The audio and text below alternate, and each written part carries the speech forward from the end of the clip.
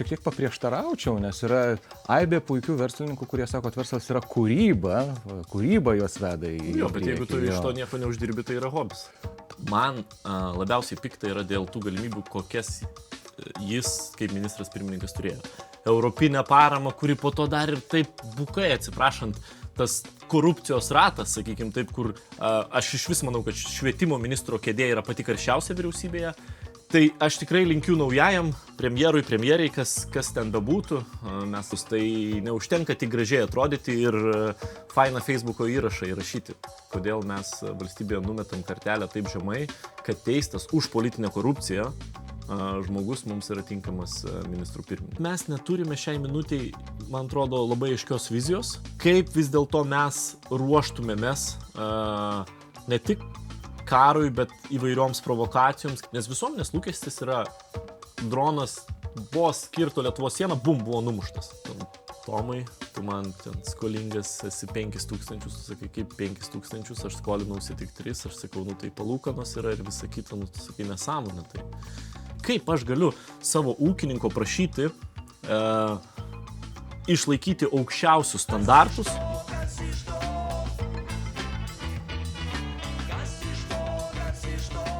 Gerą dieną, gerbėmieji mūsų podcast'o žiūrovai. Štai ir dar viena laida. Vasara įsibėgėja, jau ir antroji jos pusė. Ir malonu vėl su Virginijum pasišnekėti apie aktualijas, o šią vasarą jų tikrai netrūksta. Bet pradėkim gal nuo lengvesnių dalykų. Ar jau turėjai atostogas? Sveikas pirmiausia. Taip. Tokios mini atostogos jau kaip ir prasidėjusios. Mes pasibaigėme parlamente sesiją, po jos dar ten buvo tokia savaitėlė kita, tai dabar jau galiu pasakyti, kad atostogauju. Vakar turėjau smagią šeimos šventę, dabar 3 iš 3 mano vaikai yra pakrikštyti, vakar pakrikštėjom Joną. O, sveikinimai. Taip, tai tokios yra atostogos. Kartu jos yra labai darbinės, aš juokingiausia, žinai, mes su komanda darėm tokį aptarimą prieš išeinant į atostogų pauzę, kad čia visada būna toksai vis tiek naujienų štilius, gal turėtume pasigalvoti, gal kažkokį nuomonę skilti, kažkokį opedą pasirašyti ir panašu, kad absoliučiai klydom. Šią, sakykime, tai pauzę tų naujienų netrūksta ir net sunku spėti reaguoti kiekvieną iš jų. Na, aš įsivaizduoju, tikrai, žurnalistai tikrai turi ką veikti šią vasarą. Apie agurkus ir pomidorus bei jų kainas, galima sakyti, jau neberašo. Palangos orus taip pat. Tai palangos verslininkai irgi jau apklausti. Taip, kad tų aktualijų yra labai daug ir labai norėtųsi ir su tavim jas aptarti.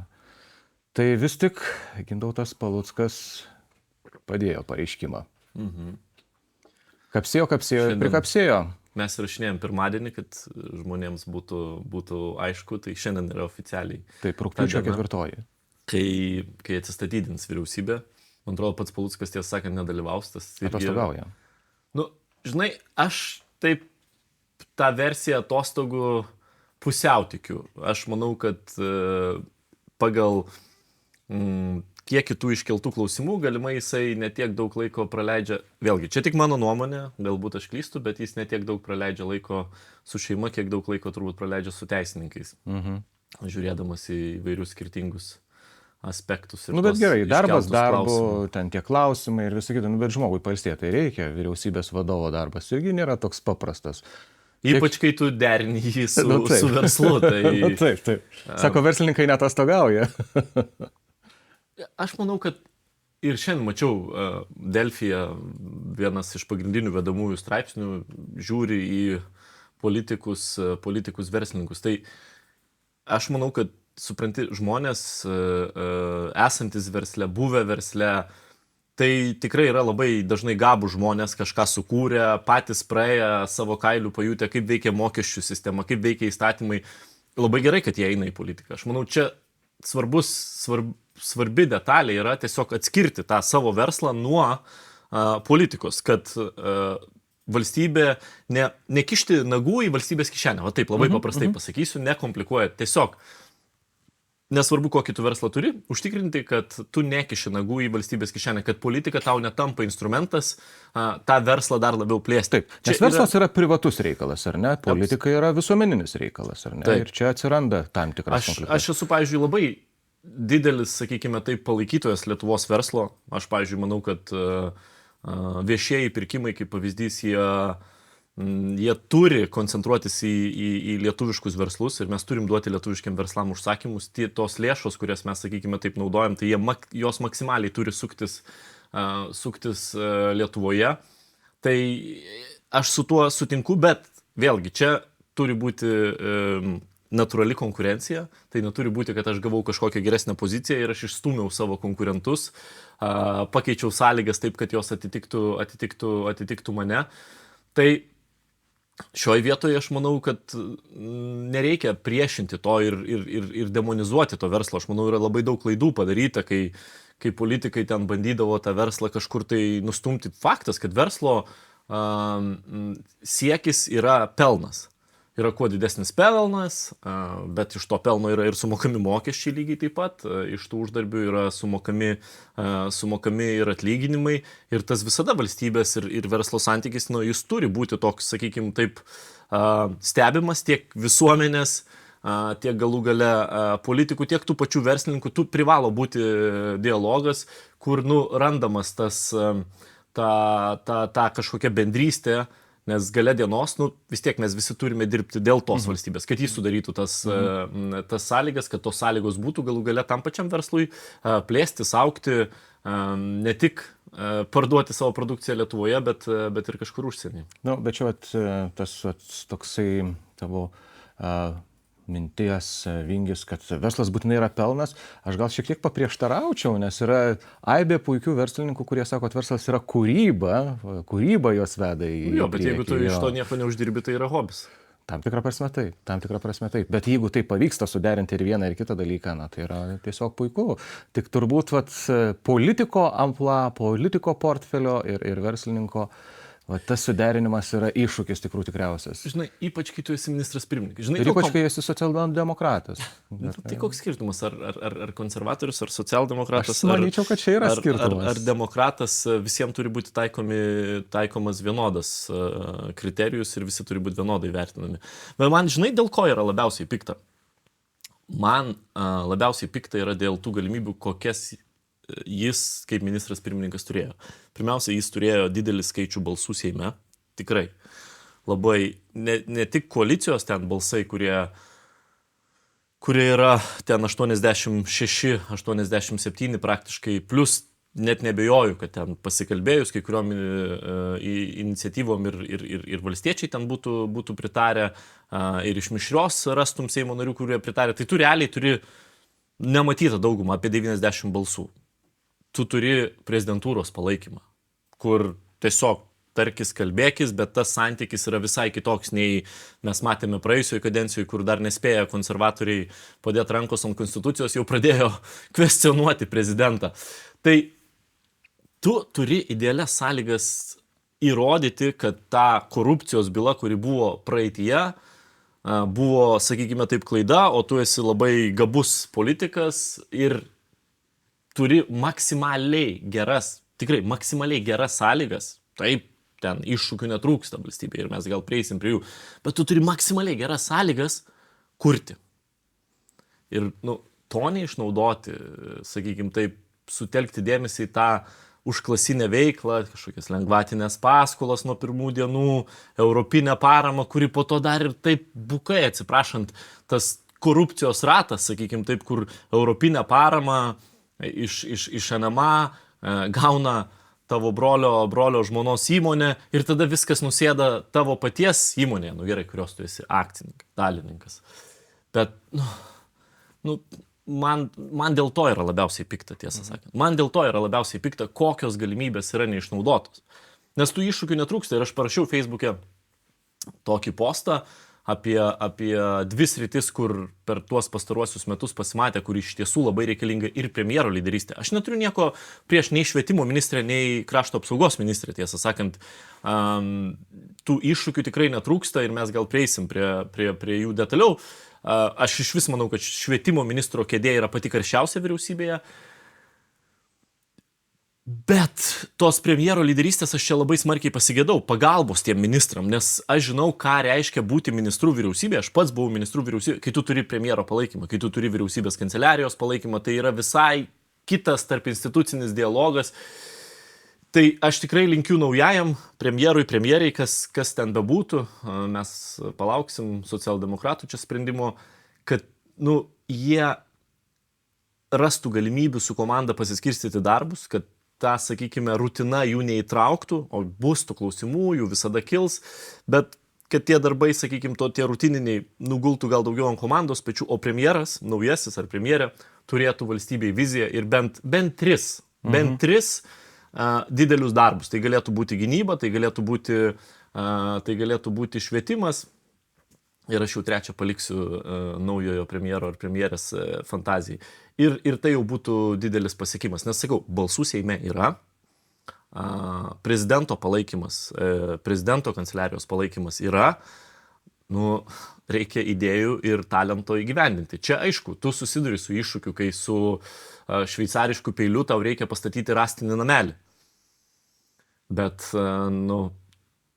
tam ir reikalinga, man atrodo, politinė lyderystė. Ir man kartais tas sąrašas trumpasis galimų premjerų, atrodo, graudžiai. Ir mes turim pripažinti tai, kad valstybė išgyvena lyderystės krizę. Bet palauk, ar tikrai jau taip graudžiai atrodo tas sąrašas? 4 žmonės buvo įvardinti, ne? Juozas Olekas, patyręs politikas ir ministras, ir Europos parlamento narys, ir iš tikrųjų, kiek politikoje, jau turbūt 10 mečius, gal 3 ar 4. Aš manau, Olekas yra, su Mindaugu Sinkevičium yra absoliučiai stipriausi ten tokie kandidatai. Nes Mindaugas irgi jau yra pabuvojęs ministru, ar ne? Tose pačiose pareigose, kurias ir Tamstai teko eiti, ar ne? Taip, ir tie 2 nauji žmonės, man atrodo, irgi yra labai perspektyvūs. Robertas Duchnevičius, labai sėkmingas žmogus, parodęs, kad galima įveikti tokį neįveikiamą fortpostą kaip akcija Wyborcza Polaków na Litwie, dabar krikščioniškų šeimų sąjunga, ar ne? Ir pakankamai sėkmingai tvarkosi. Gerėja situacija tiek sveikatos apsaugos, tiek švietimo įstaigose, bent jau kiek teko girdėti atsiliepimus. Tikrai perspektyvus, jaunas, imlus ir tikrai, sakyčiau, socialdemokratiškų pažiūrų žmogus, kas yra ganėtinai retas šitoj partijai. Inga Ruginienė irgi taip pat yra puikus lyderio pavyzdys, žmogus, kuris nuo profsąjungų pradėjo savo, galima sakyti, kaip visuomenės lyderio darbus, iškilo pati, mėgstama žiniasklaidos ir tikrai labai įdomius klausimus, labai jautrius ir reikalingus visuomeniai kelianti. Tai aš manyčiau, kad tai yra pakankamai stiprus žmonės. Ar taip nemanytum? Tai aš suskirstyčiau juos į 2 kategorijas. Tai pirmiausia, jie visi galėtų būti ministrais, net nekvestionuočiau, ta prasme. Ir net nebejoju, kad atliktų gerą darbą. Bet būti ministrų pirmininku tai yra absoliučiai kita lyga. Ir čia aš turiu labai daug klausimų, nes būti ministrų pirmininku tai yra pirmiausia ir būti autoritetu. Tai yra ir suvaldymas frakcijos Seime ir suvaldymas koalicijos partnerių. Turėti, sakykime, svarų balsą ir gebėjimą sutelkti balsus. Tai neužtenka tik gražiai atrodyti ir fainą Facebooko įrašą įrašyti. To nepakaks. Būti ministrų pirmininku tai reiškia suprasti, kaip veikia valstybės aparatas, kaip jį įveiklinti maksimaliai, kaip veikia valstybės tarnyba. Aš bent 2 iš tų kandidatų to, sakykime, iki galo dar nematau, dar manau, kad reikia laiko. Nors, vėlgi, aš manau, kad jie visi yra pakankamai puikūs žmonės, bet ministrui pirmininkui gal aš asmeniškai keliu daug aukštesnius reikalavimus. Virginijau, bet Gintautas Paluckas turėjo tą? Apie ką tu kalbė? Aš iškart sakiau, kad Gintautas Paluckas, kodėl mes valstybėje numetam kartelę taip žemai, kad teistas už politinę korupciją žmogus mums yra tinkamas ministrų pirmininku. Man tai atrodė, kad tai yra žingsnis atgal. Gintautas Paluckas yra tikrai intelektualus, jis gali labai neblogai kalba, neblogai dėlioja mintis, bet ar jis atitinka tą kriterijų? Aš būčiau sakęs, kad ne, bet čia šitoj vietoje irgi reikia gerbti nors vėlgi gerbti rinkėjų pasirinkimą, kur jis buvo visiškai negerbiamas socialdemokratų, kai jie tiesiog visus išdūrė, rotuodami Viliją Blinkevičiūtę ir ištraukdami Gintautą Palucką iš skrybėlės. Bet žiūrėk, tai jeigu mes keliam klausimą, kad Gintautas nebuvo to kalibro politikas būti ministrų pirmininku ir dar 4 šitie išvardinti asmenys, tai gal apskritai socialdemokratai neturi tokio žmogaus? Ašgi sakiau, kad Mindaugas ir Juozas Olekas, aš manau, kad jie yra tikrai galėtų. Duomenys, ypač sakyčiau, Mindaugas, nes kitas dalykas, toliau, žinai, kalbant apie tuos kriterijus, nepamirškim, kas yra socialdemokratų partija. Tai yra labai stiprius skyrius turinti didžiausią partiją Lietuvoje. Inga Ruginienė neturi jokio autoriteto toje partijoje dar kol kas. Jinai net nebijojo, kad turės. Jai labai gerai viskas sekasi. Bet tam reikia laiko. Tu negali ateiti kaip legionierius, gauti labai aukštą numerį partijos sąraše, kas jau įsiutina labai daug žmonių po tavimi.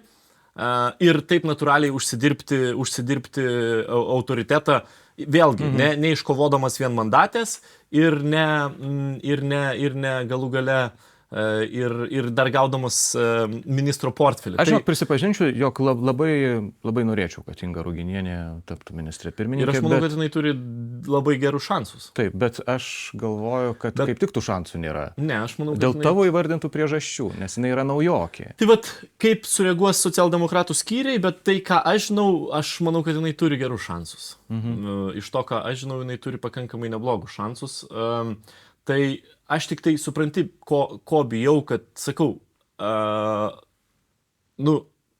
ministro pirmininko pareigos tai yra visai kita lyga. Reikia susidėlioti labai stiprią komandą aplink save. Jeigu tiesiog bet kuris iš 4 iš jų tęs su tą pačią komandą, nes akivaizdu, kad ne viskas veikia pas Gintautą Palucką,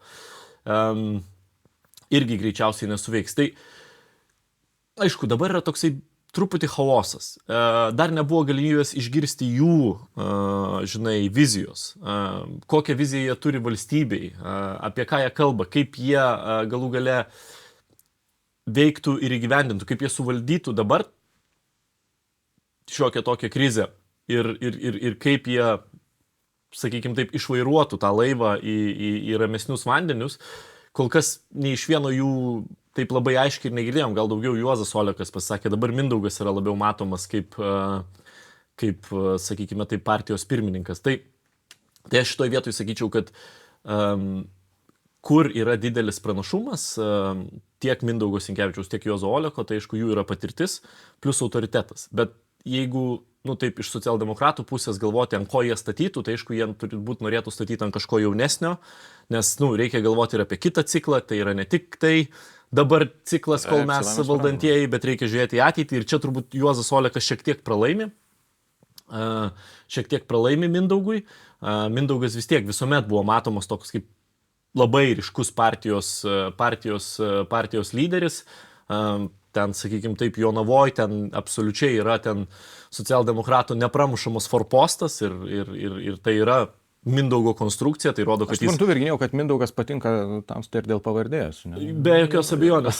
Bet ne, tai rodo, kad jisai moka dirbti ir su skyriumi ir taip toliau. Tai yra nuosaikus žmogus. Bet kalbant apie partijos vidų, aš labai daug esu gero iš socialdemokratų girdėjęs ir apie Robertą Duchnevičių. Tai vėlgi, aš tiesiog manau, kad, žinai, irgi atėjusi tokias pareigas, tai yra pareigos, kur degė grasmeisteriai mūsų politikos. Ten degė ir Kubilius, ten degė ir Šimonytė, ten degė ir Skvernelis, ten degė ir Butkevičius, kurie, sakykime, tuo metu, kai jie atėjo į tas pareigas, jų reitingai ten lipo per stogą.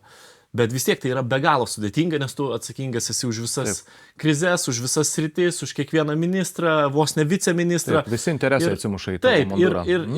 Ir tai yra tikrai, tai yra sudėtingiausios pareigos valstybėje. Ką aš noriu pasakyti, tiesiog, kad mes suprastume, apie ką mes kalbame. Tai nėra, kaip dar kartą sakau, ministras labai dažnai gali pasislėpti už ministro pirmininko.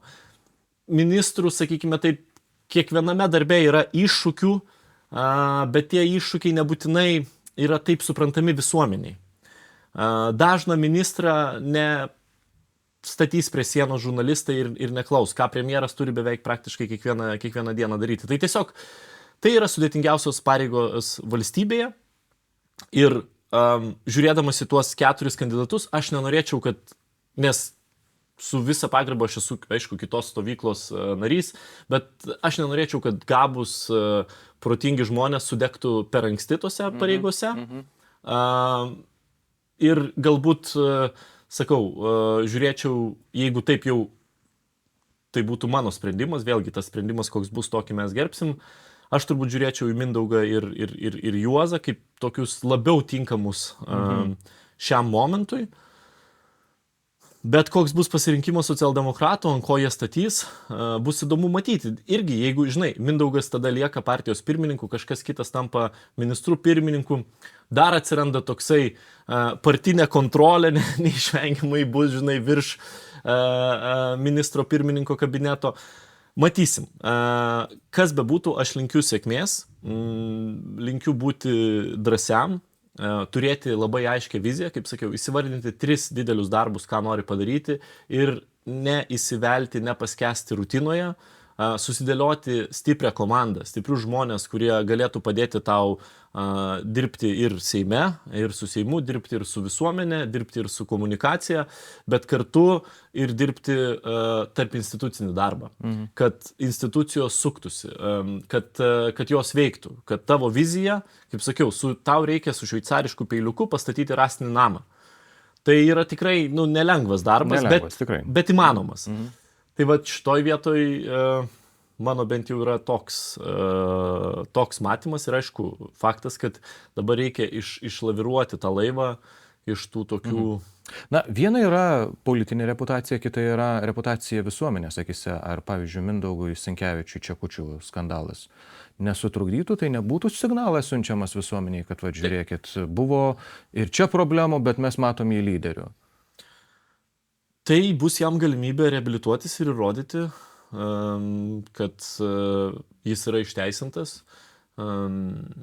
ir kad jisai yra lyderis vertas būti toje lygoje, kaip sakiau, ministro pirmininko lygoje. Nes toje lygoje aš nematau labai daug žaidėjų, tiesą sakant, kurie atitinka tą lygmenį Lietuvos politikoje. Čia irgi yra faktas toks, kaip sakiau, mes Lietuvoje išgyvename lyderystės krizę. Tai tų žaidėjų, sakykime taip, galinčių įkopti į tą Olimpą, jų tikrai nėra labai daug. Galinčių įkopti savo jėgom.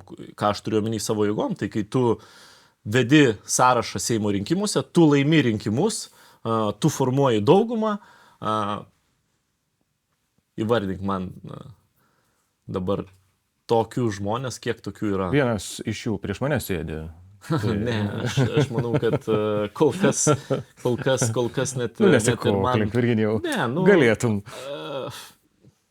Ne, pirmą reikia, žinai, eiti į rinkimus ir laimėti rinkimus. Taip, tu turi turėti žmonių pasitikėjimą. Aš manau, kad ministras pirmininkas turi turėti žmonių pasitikėjimą. Aš manau, kad pas mus kokia yra dinamika, yra labai sveika.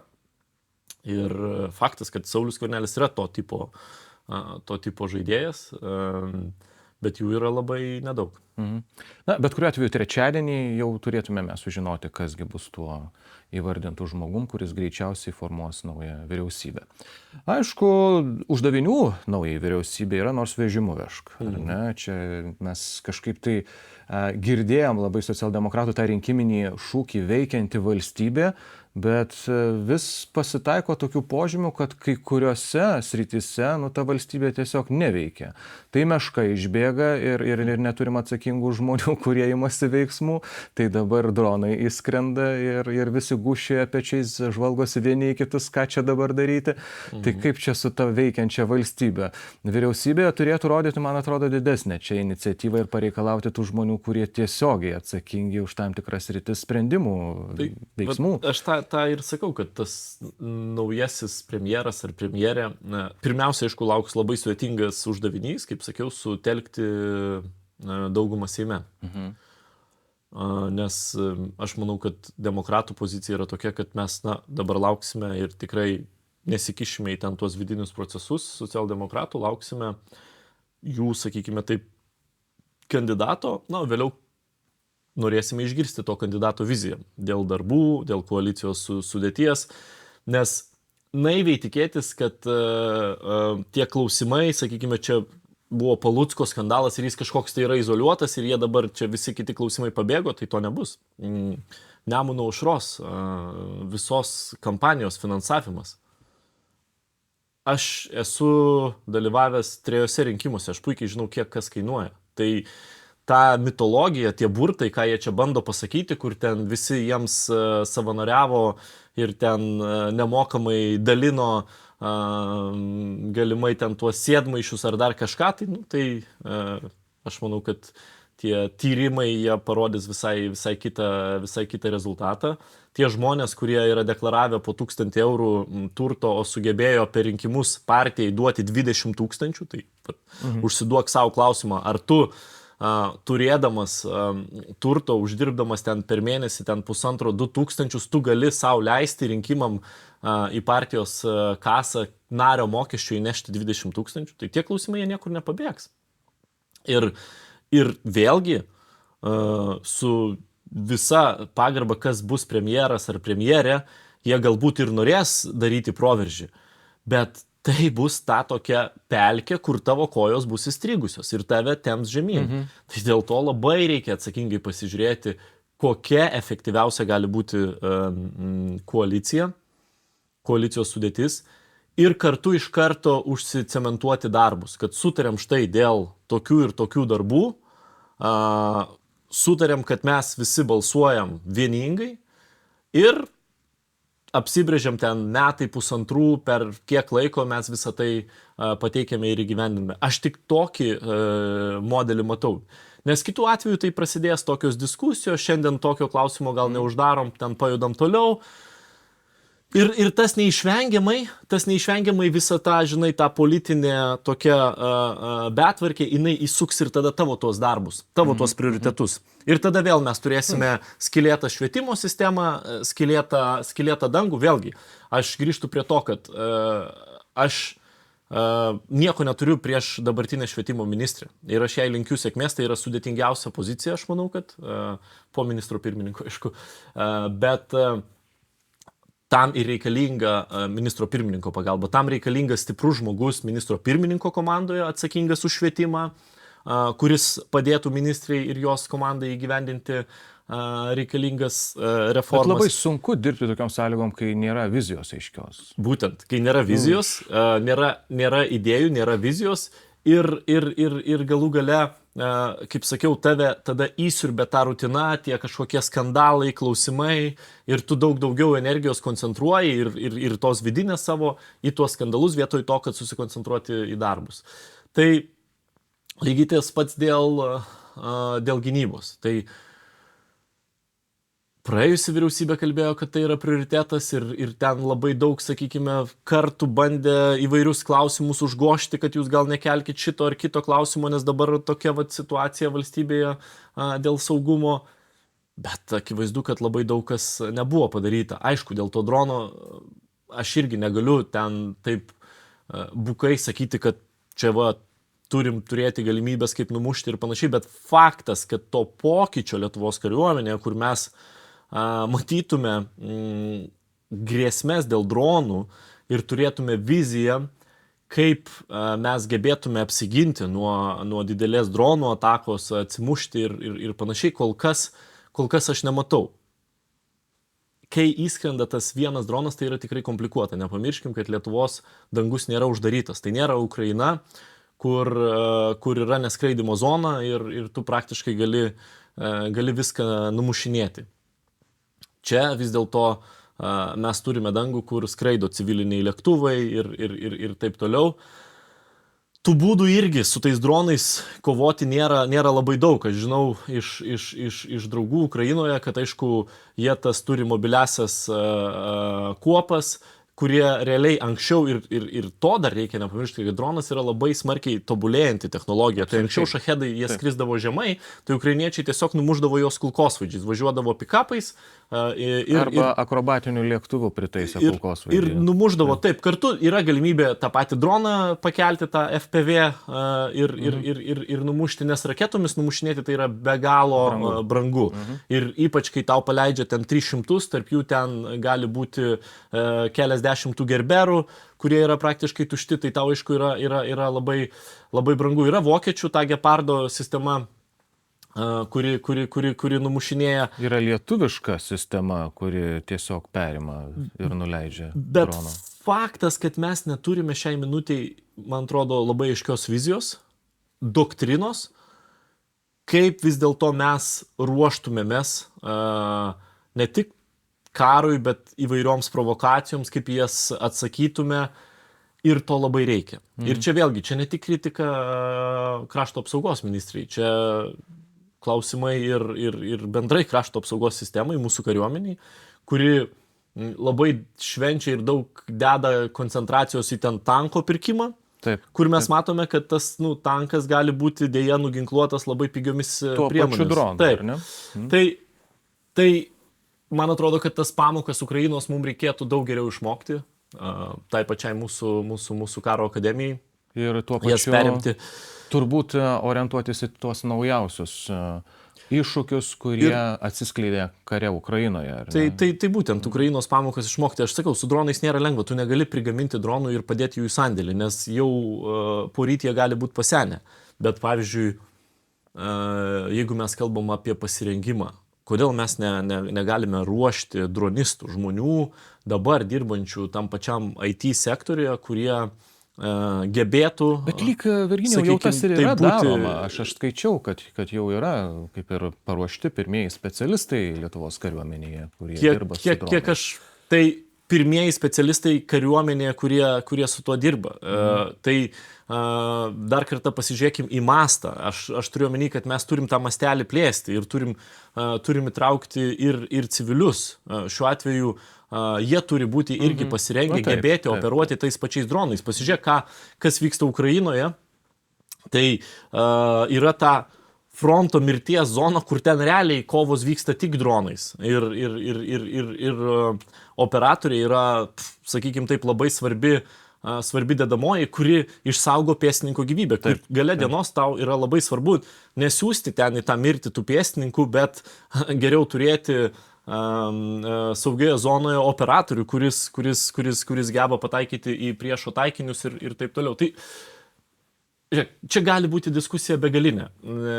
Aš dar kartą sakau, tai yra tos, sakykime taip, force majorinės dažnai situacijos, kur lyg ir visi apie tai kalbėjo, bet iki galo netikėjo, kad tai vyks, bet dabar akivaizdu, kad tai vyksta. Antras dronas.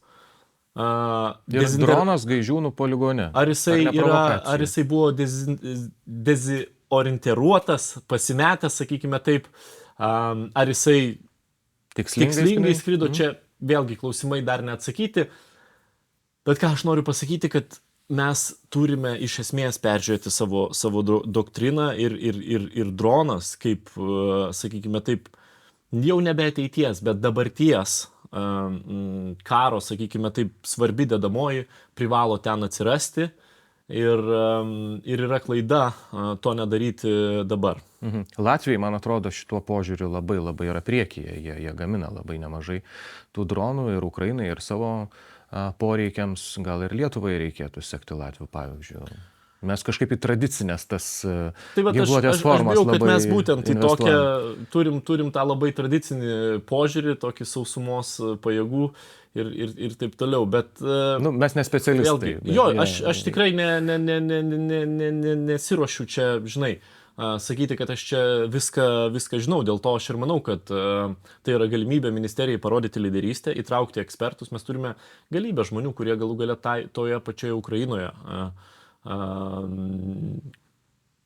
kariauja, padeda, galų gale tie patys ukrainiečiai, aš manau, kad mielai pasidalintų savo praktikomis, nes jie sužinojo, kas veikia ir kas neveikia jau mūšyje. Ir tai yra tai yra, kai tu kalbi apie gynybą, tai yra nepakeičiama patirtis. Nes viena tai yra, žinai, skaityti iš vadovėlių ir teorijų, bet visai kas kita būti realiai pauoščius parako. Tai šiandien Ukrainos kariuomenė yra tą padarius. Man teko skaityti straipsnį, kad Meksikos narkotikų karteliai domisi Ukrainos patirtimi panaudojant dronus. Tai turbūt jie savais tikslais naudotų, bet vadinasi...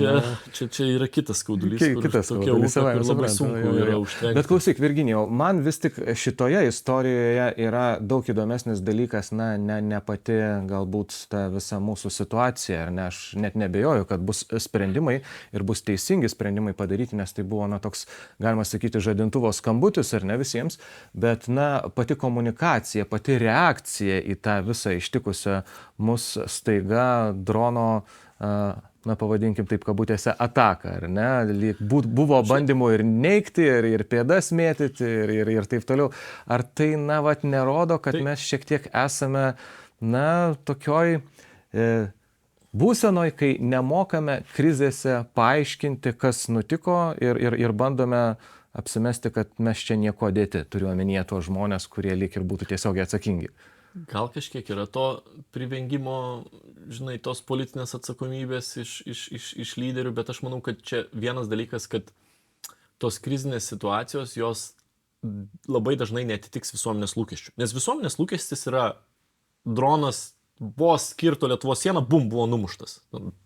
Dar geriau susprogdinta, žinai, ir aš manau, čia tą ministrė ir bandė, ir čia man tas labai nepatiko, kai jinai bandė savo interviu pasakyti, kad aš čia prie telefono budžiu 24 valandas, skambinkit ir aš jau ten duosiu iškilmingą įsakymą numušti droną, tai man čia tada iš viskas čia bus garbės sargybos kuopa, patrankom numušinės, vos netoks pateikimas, žinai, tai absoliučiai iš vis keistas, nes aš manau, kad čia nereikalinga politinio įsakymo, čia nereikia savęs sureikšminti savo rolės, o kaip tik turėti labai aiškę sudėtą grandinę, seka, kas numušinėja, kas kalba ir ganėtinai decentralizuotas. Taip, kada mes pamatome ir taip toliau. Aišku, kad ministrė turi būti informuota, bet ne jokių būdų jinai ten iškilmingai neduoda įsakymų. Tai čia toks keistesnis buvo, bet aš manau, kad tai yra nepatirtis ir nepasiruošimas šituo atveju. Tai apie tai aš ir kalbu, kad šitas pamokas mes turime išmokti. Aš nenoriu dabar iš karto.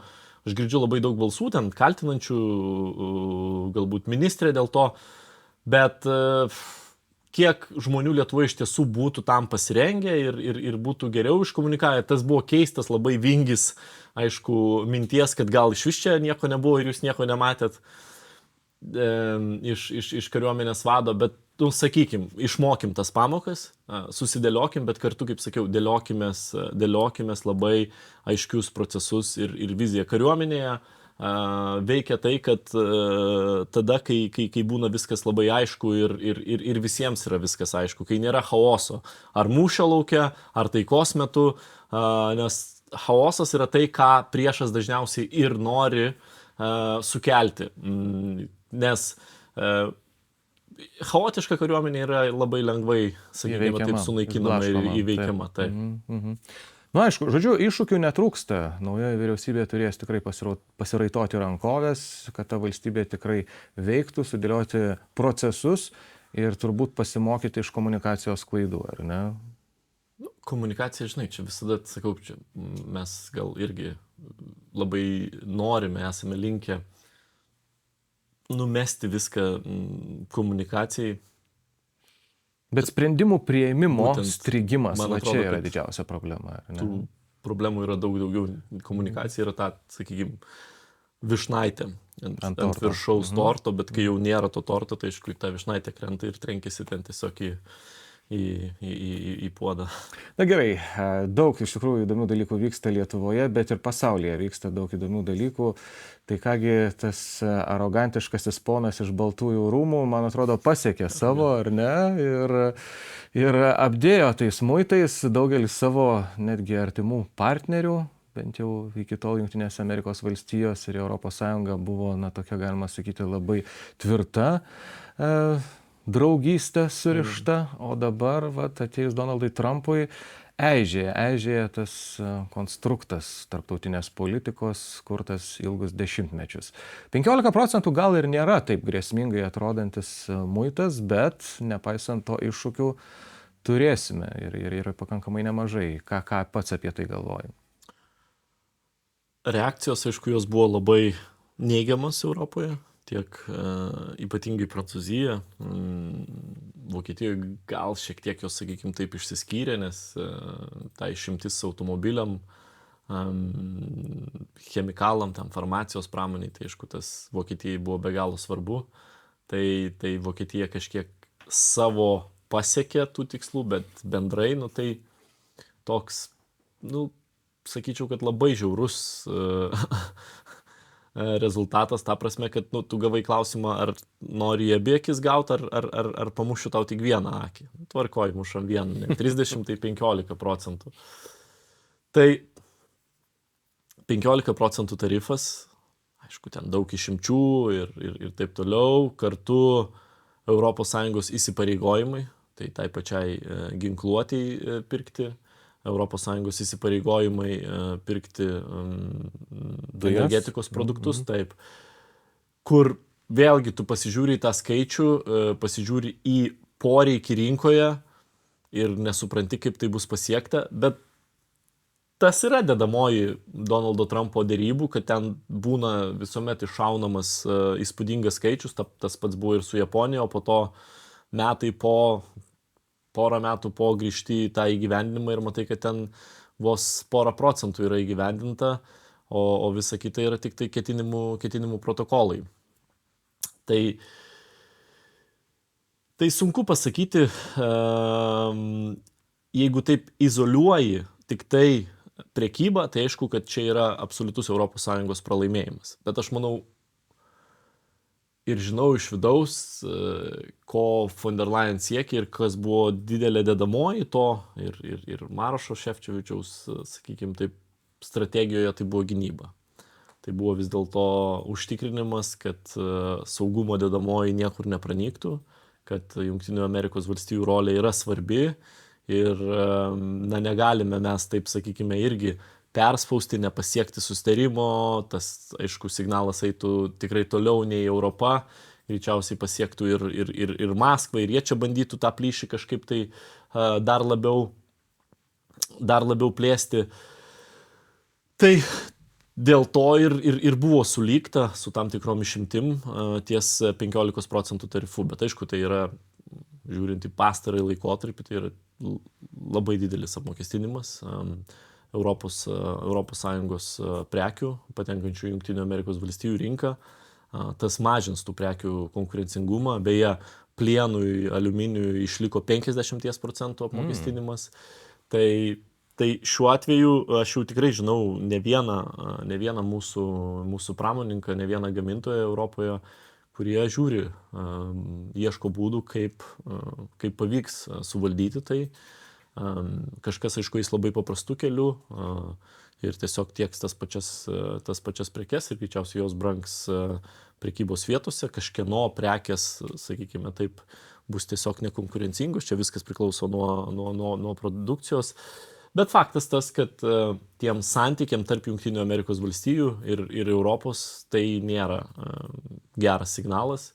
Yra, kaip sakiau, daug įsižeidusių, ypatingai tokia griežtas vertinimas yra iš Prancūzijos. Na, bet 15% man teko girdėti, ir užsienio radijo stotyse, keliaujant klausytis, kad kai kas tai pateikia kaip laimėjimą, kad 15% vis tik ne 30% ir tai yra, dabartinėje situacijoje, dabartinėme status quo yra laimėjimas. Bet žiūrėk, čia toks. Nes Brazilija, ar ne, vien tik tai už Jairą Bolsonaro, kiek ten 50% ir visų prekių. Tai čia yra tokia labai gera derybinė taktika, kur aš pradedu nuo labai aukštai ir sakau, Tomai, tu man ten skolingas esi 5,000, tu sakai, kaip 5,000, aš skolinausi tik 3, aš sakau, tai palūkanos yra ir visa kita, tu sakai, nesąmonė, tai žinai, iš vis, mes čia kalbėjom su atidėjimu, visa kita, gal kitos kažkokios sąlygos, ne, aš sakau, 5,000 ir galiausiai ten mes prasėdim parą, iškankinam viens kitą, gerai, sakau, sulykstam ties 4 ir tu išeini galvodamas, gerai, super, man pasisekė, ne 5, o 4 moku. Tiesų, tai, žinai, turėtų būti 0-4-0 laimėjimas. Taip, Aš manau, kad abipusiai lygiaverčiai partneriai. Laimėjimas turi būti 0-0. Čia būtų laimėjimas. O čia, sakykime taip, kad mes pradedam nuo grasinimo, kad aš užmetu tau 30 ir tada sulykstam ties 15, tai aš netgi bijau įtarti, mano bent jau, kai aš buvau komisijos narys, labai dažnai dėrybose būtent būdavo tokia strategija, kad įrašytas aukštesnis skaičius, įrašytas šiek tiek žemesnis skaičius ir įrašytas skaičius, kuris man yra priimtinas. Ir aš tada labai laisvai tarp tų skaičių stengdavausi ir operuoti, jokių būdų neįleidžiant, sakykime, neleidžiant ten dėrybom pasiekti tokio etapo, kad būtų žemiau nei tas man priimtinas skaičius. Tai sunku man tai priimti kaip laimėjimą, aš priimu tai kaip laimėjimą kaip lietuvis. Aš priimu tai kaip laimėjimą kaip lietuvis, kadangi vėlgi Jungtinių Amerikos valstijų buvimas, jų karių buvimas Europoje yra labai svarbus, mūsų bendradarbiavimas gynybos srityje yra labai svarbus. Ar aš galiu tą priimti kaip neginčiamą konstantą? Ne, nebe. Ir tai irgi, žinai, niekur nedingo. Dabar mes čia kalbam apie tuos 15%, bet tų klausimų dėl Jungtinių Amerikos valstijų buvimo čia, tie klausimai tikrai niekur neprapuolė, bet faktas, kad mes privalom dabar tą laiką išnaudoti net ten tuščiom diskusijom ir diskutuojant, yra grėsmė ar nėra grėsmė, bet net neabejoti, kad grėsmė yra pakitusi Rusijos užsienio politika, yra, sakykime taip, agresija iš tos pusės ir mes privalome padaryti viską, kad atgrasyti juos. Ar vienintelis dalykas, ką bandė išpešti von der Leyen ir Europos valdžia, kalbėdamasi su Baltaisiais rūmais, yra būtent tas gynybinis koziris? Ar, aš niekur neradau, o tai Europos Sąjunga taikės amerikietiškoms prekiams analogišką muitą, ar ne? Ne.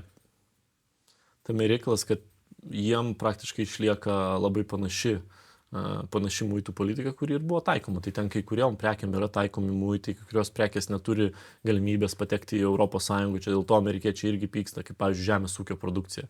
Vėlgi mes jiem labai aiškiai sakom, kad jūsų prekės yra laukiamos Europos Sąjungoje, bet jūs turit gaminti tas prekes, maisto, pavyzdžiui, produktus pagal Europos Sąjungos reikalavimus. Ir jeigu pas mus ant etiketės yra nurodyta viskas, alergenai, iš ko tai yra pagaminta, tai lygiai taip pat turi būti ir ant jūsų prekių. Normalu. Ir jie turi atitikti mūsų standartus, nes tai yra mūsų gyventojų sveikata.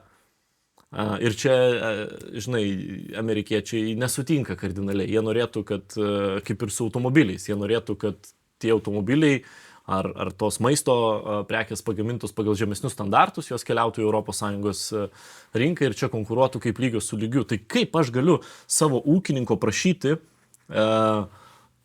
išlaikyti aukščiausius standartus, į tai investuojant pinigų, tai ne taip, kad tie standartai tu guli ant pečiaus ir jie yra pasiekiami. Ne, į tai yra investuojama labai daug. Tie tręšimo ribojimai ir taip toliau, tam tikrų chemikalų nenaudojimai, tai reikalauja investicijų. Tai reikalauja ieškoti kažkokių pakaitalų ir panašiai. Ir čia dabar ateina kažkoks tai gudrus kolega už Atlanto ir sako, aš turiu savo sprendimą, kuris visiškai nepaiso jokių reikalavimų.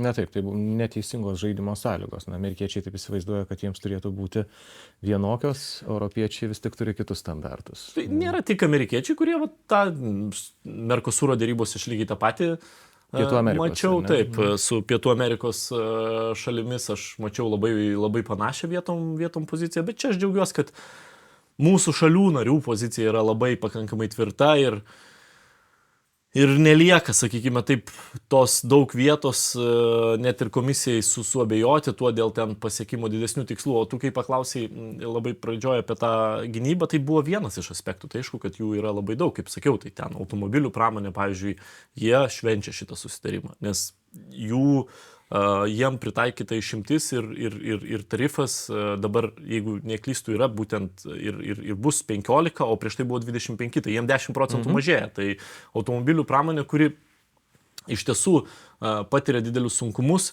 tai jie, Ypatingai Europoje, jie jo. taip, ypatingai Europoje, tai jie aišku švenčia. Plus apmokestintas plienas, aliuminis 50% reikš, kad greičiausiai jis nebevažiuos į Jungtinės Amerikos valstijas, bus galimybė jį pirkti, sakykime, čia Europoje ir galimai už pigesnę kainą. Nes spaudimas iš Kinijos autopramonės dabar yra milžiniškas. Be jokios abejonės. Technologinis ir kainos. Taip, požiūriu. pirmiausia technologinis. Aš sakyčiau, kad pirmiausia technologinis, kad irgi mūsų Europos gamintojai irgi turi už tą kainą, kurią jie prašo, pasiūlyti ir atitinkamai kokybę. Ir tai automobilių pramoniai gerai, kaip sakiau, chemikalai, farmacija, tie, kam yra išimtis pritaikytos, yra gerai. Tai tikrai yra komplikuotas susitarimas. Tu negali taip, žinai, nukirsti kirviu ir sakyti blogai gerai. Taip. Bet jeigu taip reikėtų pasirinkti laimėtoją, sakyčiau, kad Jungtinės Amerikos valstijos dėja, bet jie pasiekė savo. Donaldas Trumpas įgyvendino savo pažadą. Daugiau mažiau. Kiek tai yra pažadas, bet sakykime taip šituose dėrybose, bet vėlgi, tas lemiamas turbūt kodėl Europa vis dėlto nelaukė tos rugpjūčio 1 ir sutiko, lemiamas faktorius neabejotinai buvo gynyba. Jo, bet kai pagalvoju apie Šveicariją ir ES, tai būti ES kur kas labiau apsimokėjo. Jeigu pagalvoja apie ES, breksiteriai man ten šoko pabose ir džiaugiasi, nors Britai 10%. Kelios dienos prieš tai liūdėjo. Tai čia labai sunku pasakyti. Kiekviena iš šalių, žinai, ES yra blokas 27 šalių, tai irgi yra labai skirtinga. Tai kiekvienas pasižiūri savo pramonės sąrašą, pasižiūri iš ko susideda jų BVP ir tada mato, žinai, tai yra laimėjimas ar pralaimėjimas. Tai prancūzai, jie akivaizdžiai sako, tai yra pralaimėjimas. Vokiečiai, sakykime, tai priklauso nuo pramonės šakos, turi įvairių nuomonių. Kita vertus, su Donaldu Trumpu nežinai, kaip bus po 2 mėnesių ar pusės metų. Ir čia yra turbūt dar vienas aspektas, kur daugelis sakytų, tai uždarėm šitą temą ir dabar jau viskas. Ramu, ne? Gėlės žydės ir mums te reikia jas karts nuo karto palaistyti, prižiūrėti, bet realiai jau prie, sakykime, to negrįžtam. Ne, čia gali būti, kad vėl ekskavatorius atvažiuos viską iškas ir turėsim pradėti nuo nulio. Tikiuosi, kad taip nebus ir ypatingai noriu tikėti, kad mes negrįšime prie gynybos klausimų ir ypatingai JAV karių buvimo Europoje.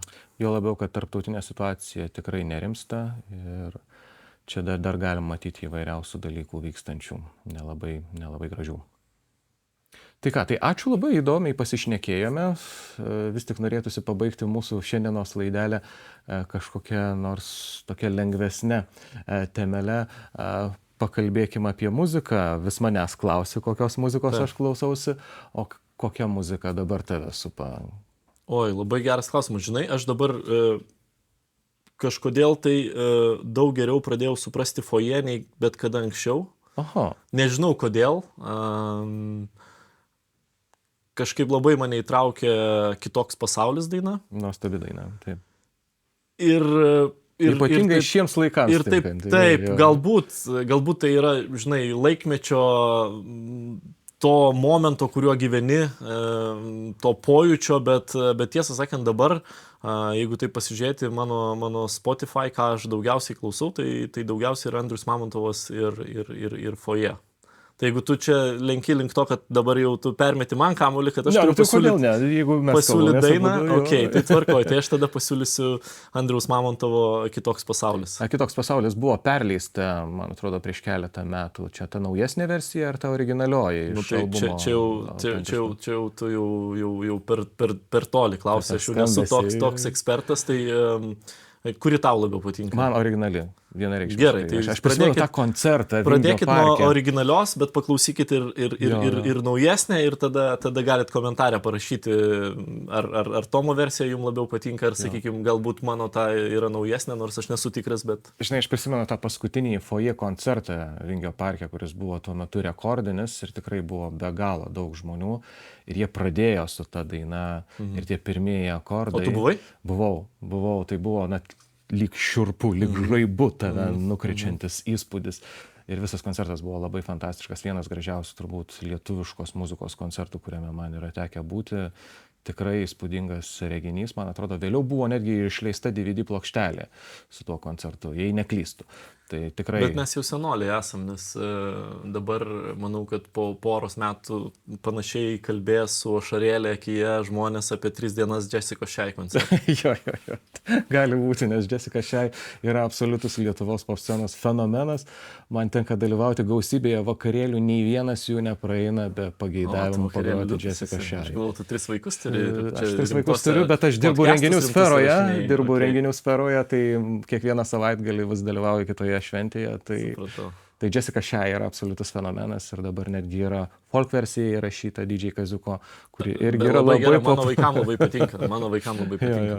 Ir tai yra tam tikrą prasme labai geras žingsnis aktualizuoti folklorą ir jį, pavyzdžiui, priartinti prie šiuolaikinės jaunosios kartos. Gerai, tai ką, šiandien baigiam. Ačiū labai. O mūsų podcast'o žiūrovams būtų draugiškas raginimas apie šitą podcast'ą papasakoti savo draugams, bičiuliams, kolegoms, kaimynams, ir pakviesti juos pasirašyti. Šių laidų bus dar tikrai ne viena. Kviesimės ir svečius, turime visą sąrašą jų, taip kad pasirašykite, stebėkite, o mes nekantrausime su jumis susitikti ir vėl.